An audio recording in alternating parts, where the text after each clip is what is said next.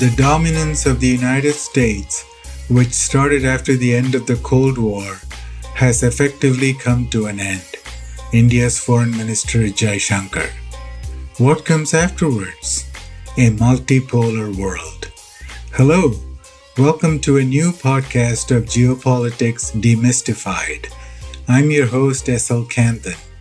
Today's topic, are you ready for the multipolar world? Yes, everybody is talking about the multipolar world.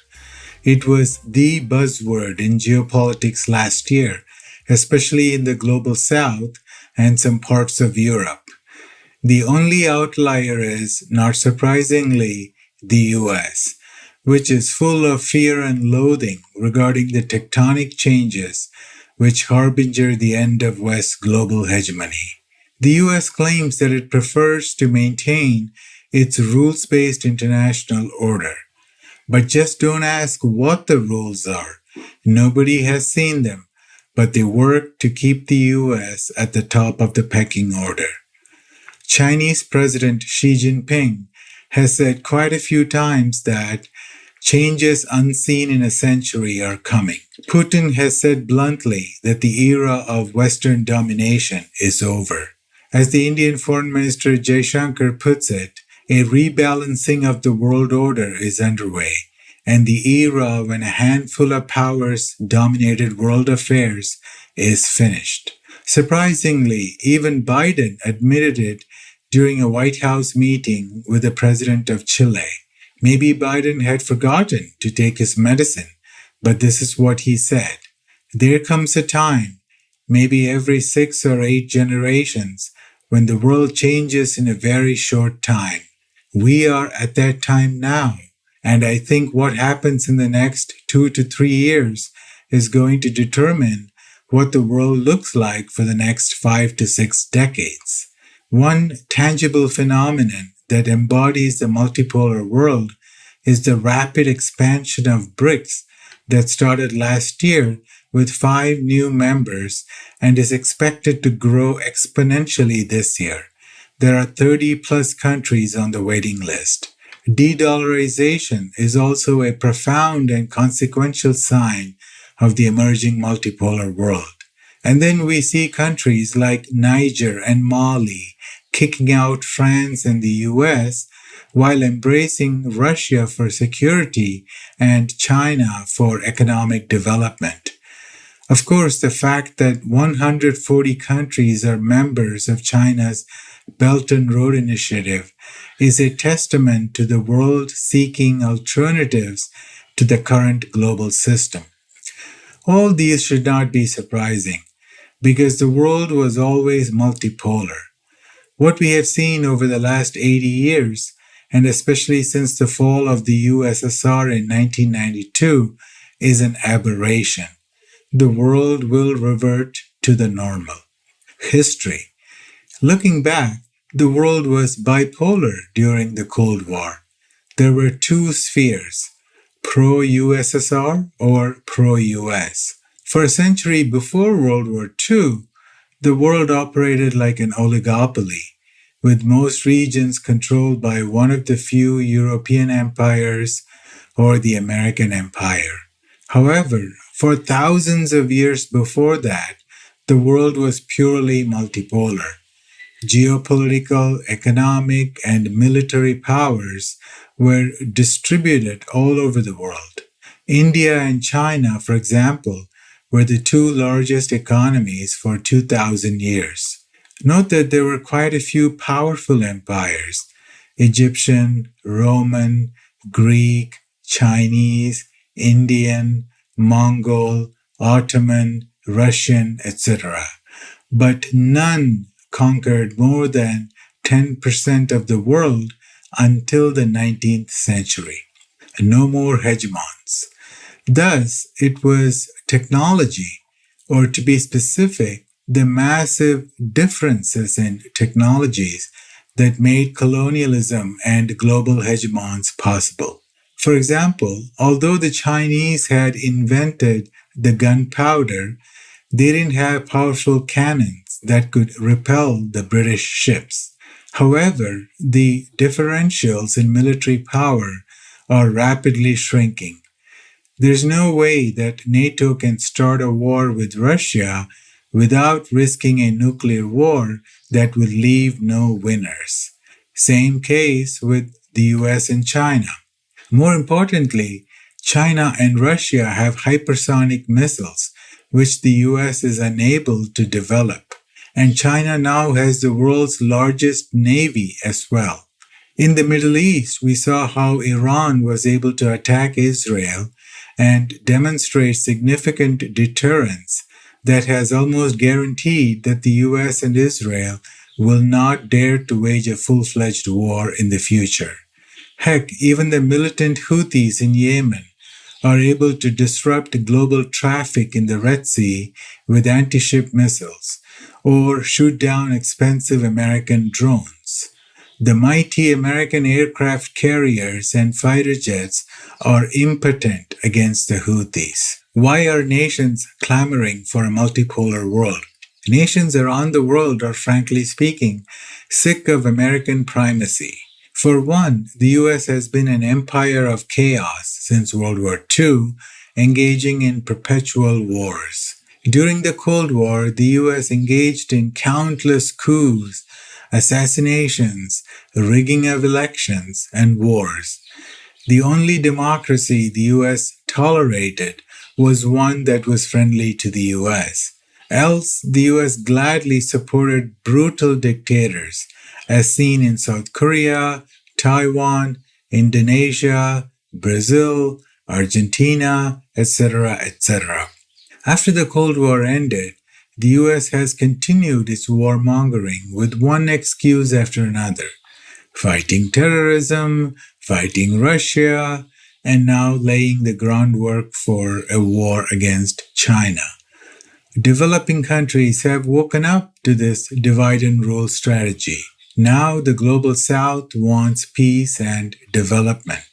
The US has also weaponized dollar more than ever before.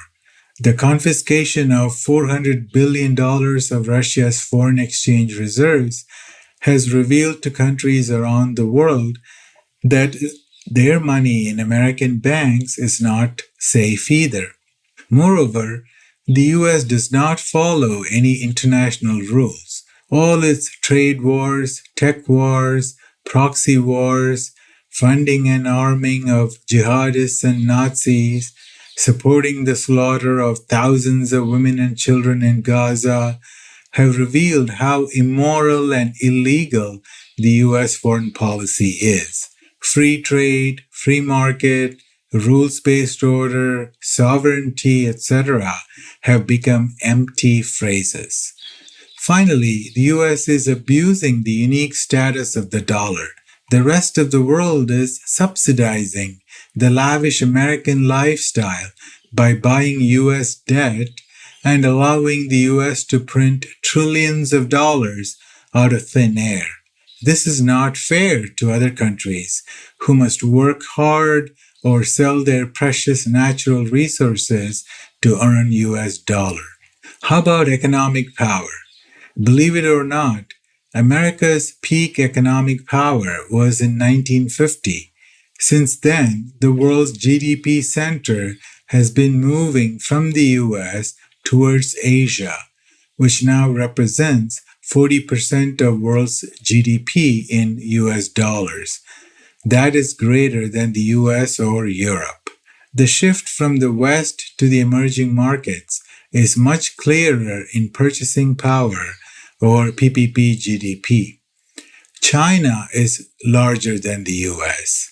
BRICS is larger than the G7 countries. And Asia is larger than the US and Europe combined. By 2030, India will surpass Japan and Germany to become the third largest economy in the world. More importantly, the economic growth is coming from Asia, where the middle class is growing rapidly. Over the next 6 years, China will contribute twice as much as the US does to the global economic growth. That's the forecast from the IMF which is based out of Washington, D.C. Another key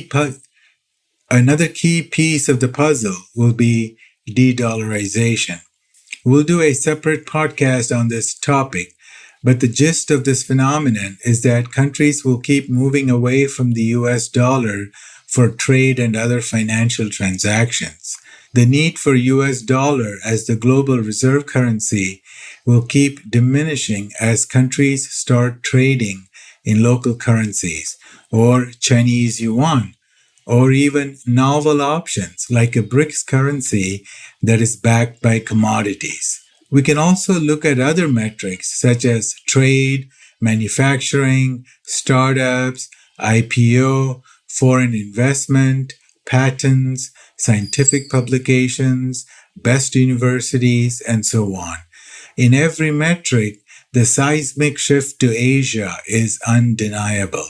For 100 years, the US led the world in manufacturing. Then in 2010, China surpassed America. Now, just 14 years later, China's manufacturing is almost twice that of the US.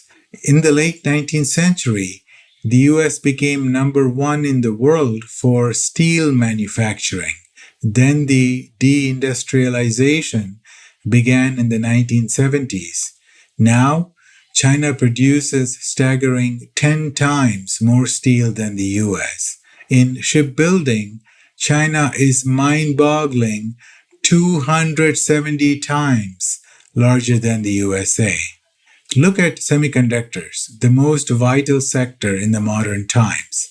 In 1990, the US and Europe combined manufactured 80% of the semiconductor chips. Now the situation is flipped. Asia makes 80% of the semiconductor chips, and China actually makes almost twice as many chips as the US. This in spite of all the ruthless US sanctions on China. These illegal sanctions also coerce other countries like the Netherlands, Japan, and South Korea to stop cooperating with China in this sector. So, for example, the Netherlands cannot sell high-end chip-making equipment to China, and Taiwanese TSMC and South Korean Samsung cannot make chips designed by Chinese companies. However, such lawless sanctions result in the destruction of the economic world order that the West built. Belatedly, the US government is spending tens of billions of dollars on subsidies to kickstart the semiconductor sector. Since the US lacks the technical skills, it has invited or forced Taiwan's TSMC and South Korea's Samsung to open up factories in America to make leading-edge chips. However, the overall share of US and Europe combined will still be only 23% a decade from now. And that assumes that China does not have a tremendous breakthrough in lithography. If that happens, it's game over for Western hegemony. How about electric cars? In a 2011 interview, Elon Musk laughed when asked about what he thought about Chinese electric cars. Fast forward to 2024, this is what he had to say about the same Chinese EV. Without trade barriers, Chinese electric cars would pretty much demolish most automakers. They are extremely good. In Tesla's battery factory in Nevada, they are using production machines from China's CATL, which is the world's number one battery company. It's spelled CATL.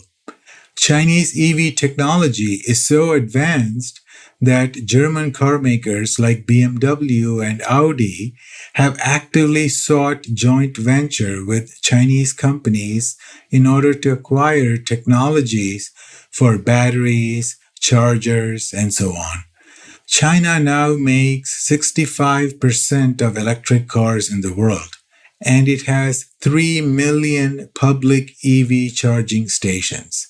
That's 45 times more than the US. Unable to compete with Chinese electric cars, the US just raised the tariffs from 25% to 100%. All these tariffs are only an admission that the West is losing out on the economic and technological front. Similarly, when it comes to green energy transition, China rules the world. Virtually no solar panel or battery can be made in the world without Chinese involvement.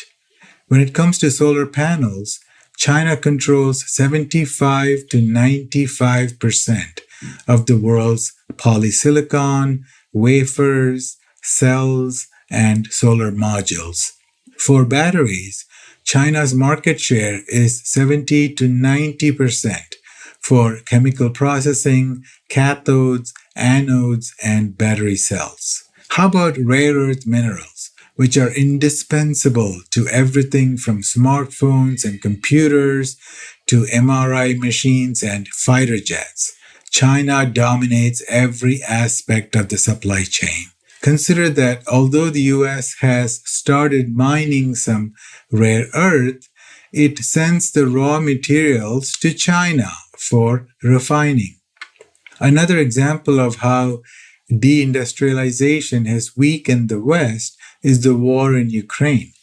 The West has been simply unable to produce enough weapons and ammunition. The Ukrainian military is forced to use only 1/5 of the artillery shells it requires. On the other hand, Russia is producing more ammunition than the US and Europe combined. The valuable lesson for the financialized economy of the West is this: you can print money, but you cannot print guns, tanks, and missiles.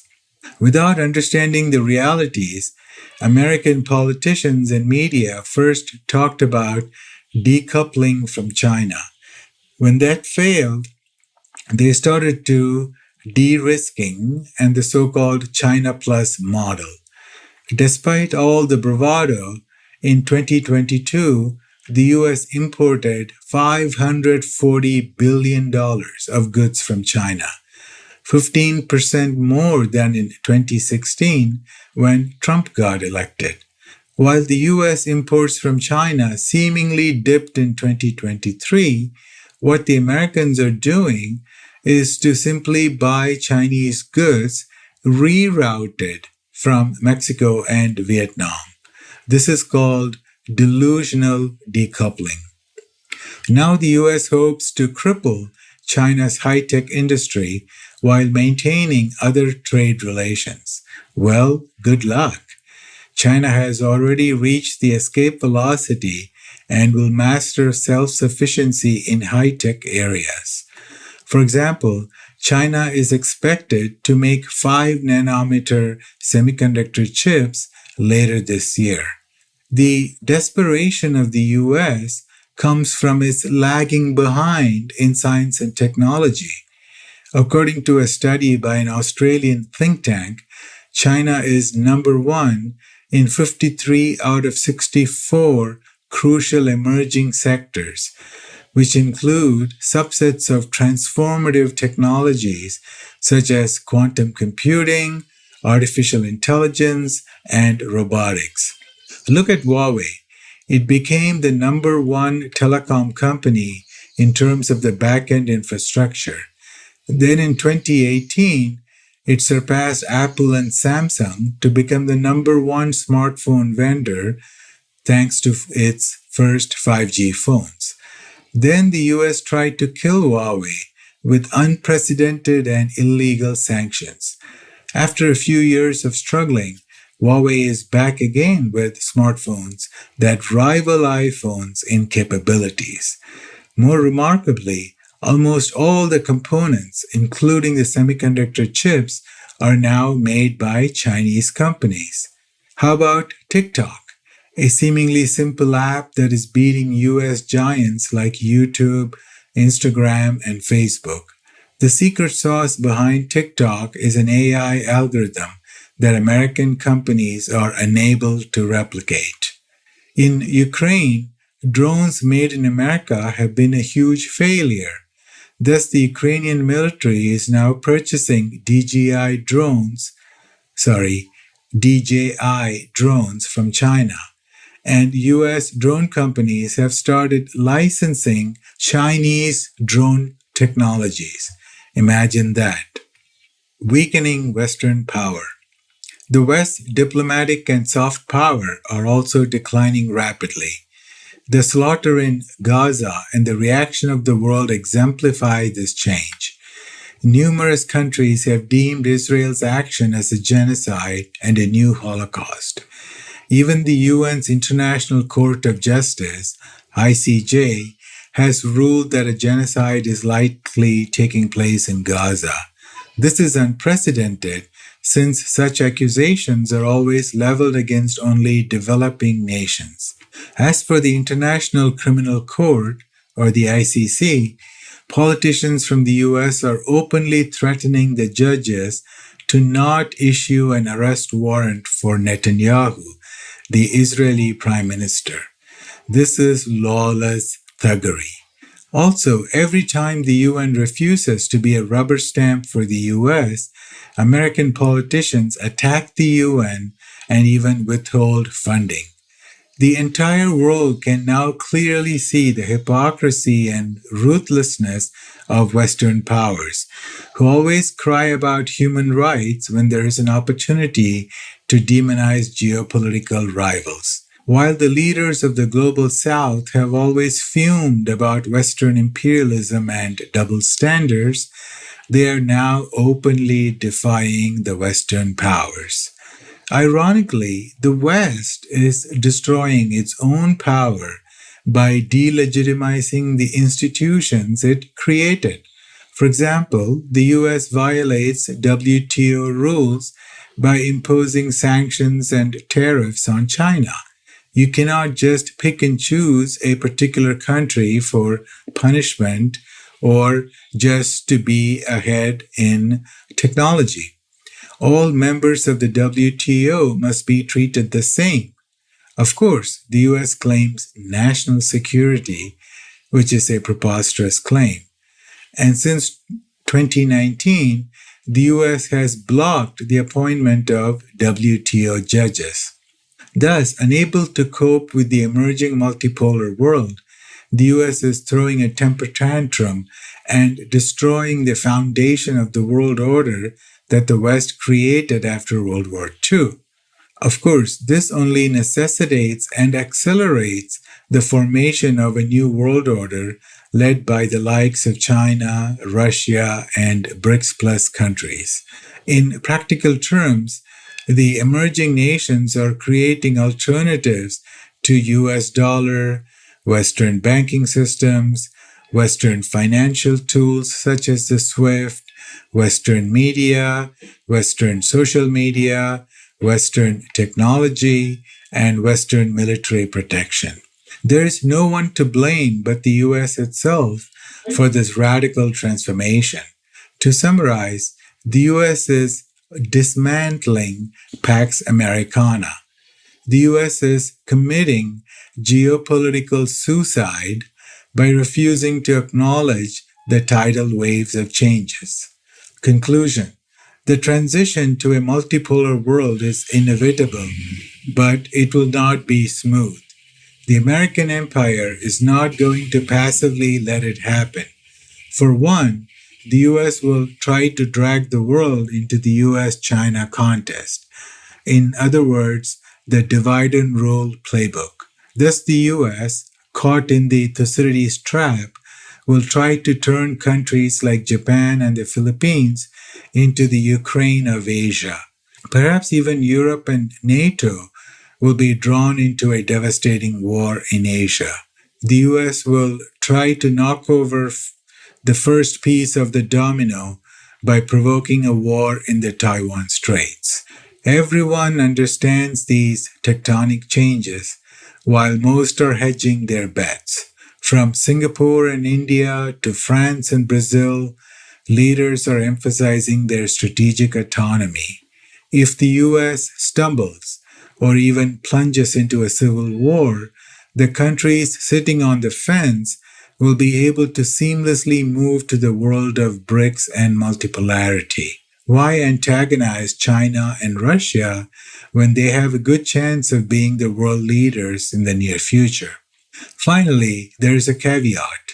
A multipolar world will not be a life of honey and milk. Completely new paradigms of security need to be formulated. After all, if there are no global police, how do you prevent chaos and anarchy?